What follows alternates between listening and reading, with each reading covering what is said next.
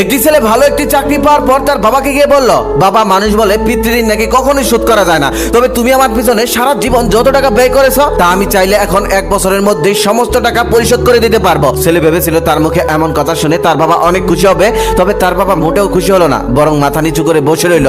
কিছুক্ষণ পর তার বাবা বলতেছে, বাবা, তোকে একটা গল্প শুনে শুনবি? ছেলেটি তখন মাথা নাড়িয়ে গল্প শোনার জন্য সম্মতি জানালেন। তখন তার বাবা বলতে লাগলো, জানিস, তোর বয়স যখন 4 বছর ছিল তখন আমার বেতন ছিল মাত্র 1500 টাকা। সেই 1500 টাকা দিয়ে আমি সংসার চালাতাম, অনেক কষ্টে সংসার চালিয়েছি, তবুও কখনোই কাউকে বুঝতে দেয়নি। তোকে যেদিন প্রথম প্রাইমারি স্কুলে ভর্তি করে দিলাম সেদিন রাতে তোর মা আর আমি সারা রাত ঘুমাইনি। আমরা চিন্তা করেছি আজ থেকে ছেলের লেখাপড়ার জন্য আমরা কি কি জিনিস স্যাক্রিফাইস করব। সে বছর ঈদে তোর মাকেও একটা কাপড় কিনে দিতে পারিনি, তবুও তার কোনো অভিযোগ ছিল না। সে সবসময় বলতো আমার ছেলে একদিন মানুষের মতো মানুষ হবে, আমার সমস্ত ইচ্ছে সেদিন পূরণ করে দিবে। কিন্তু দেখ, তার এই স্যাক্রিফাইসে তুই মানুষের মতো মানুষ হলি, কিন্তু সেই হতভাগীটা আজকের এই দিনটা দেখে যেতে পারলো না। একবার তোর মা অনেক অসুস্থ হয়ে পড়েছিল, সে বছর প্রতি মাসে তোর মায়ের জন্য অনেক টাকার ওষুধ লাগতো।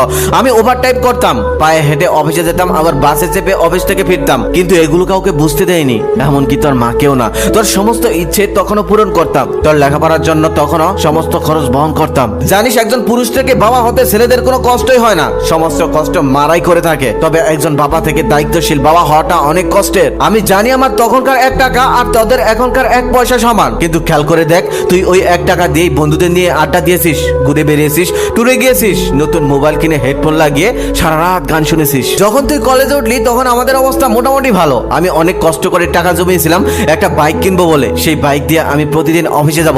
আমি অনেক স্বপ্ন দেখেছিলাম, আমি অনেক টাকাও জমিয়ে ফেলেছিলাম, সামান্য কিছু টাকা বাকি ছিল। শোরুমে গিয়ে আমার পছন্দের বাইকটাও দেখে এসেছিলাম। সেদিন রাতে আমি স্বপ্নও দেখেছিলাম আমি বাইক চালিয়ে অফিসে যাচ্ছি, কিন্তু তারপরের দিন সকালে তুই বায়না ধরলি তোকে নাকি একটা ল্যাপটপ কিনে দিতে হবে। কি করবো বাবা, আমি তো তোর কষ্ট সহ্য করতে পারি না, তাই আমার স্বপ্নটাকে সেদিন বুকের মধ্যে চাপা দিয়ে আমি তোকে ল্যাপটপ কিনে দিয়েছিলাম। তারপর আমার আর বাইক কেনা হয়নি, বাইকে চড়ে অফিসে যাওয়ার স্বপ্ন আর কখনো পূরণ হয়নি, তবুও মনে কষ্ট ছিল না, কারণ তোর স্বপ্নটা তো পূরণ করেছিলাম। আজকে তুই আমাকে সেই টাকা ফিরিয়ে দিয়ে পিতৃঋণ শোধ করতে যাচ্ছিস। দেখ, ডক্টর আমাকে মাছ মাংস খেতে নিষেধ করেছে, বাইক চালানোর শক্তি এখন আর আমার নেই। তোর মাও বেঁচে নেই যে তাকে একটা লাল শাড়ি কিনে দেবো। এখন তোর কাছ থেকে টাকা নিয়ে তোর ডক্টরের ওষুধ খাওয়া ছাড়া কোনো কাজেই লাগবে না আমার। আমি এখন টাকা ছাড়াই কল্পনার রাজ্যে স্বপ্নের হাট বসাই, সেই হাট থেকে তোর মায়ের লাল শাড়ি কিনে দেই, আমি তোর মাকে নিয়ে ঘুরতে যাই, বন্ধুদের নিয়ে আড্ডা দেই, সেই বাইকে চড়ে আমি ঘুরে বেড়াই পুরো শহর, যে বাইকটা আমি শুধুমাত্র টাকার অভাবে কিনতে পারিনি। সন্তানের প্রতি ভালোবাসা হয়তো কোনো পিতা কখনোই প্রকাশ করে না, তবে কখনোই সন্তানের প্রতি দায়িত্ব থেকে কোনো বাবাই পিছিয়ে যায় না। আমি তোর পিছনে আমার যে কষ্টার্জিত অর্থ ব্যয় করেছি তা হয়তো তুই একদিন শোধ করে দিতে পারবি, কিন্তু আমার যৌবনে দেখা সেই স্বপ্নগুলো তুই কখনোই ফিরে দিতে পারবি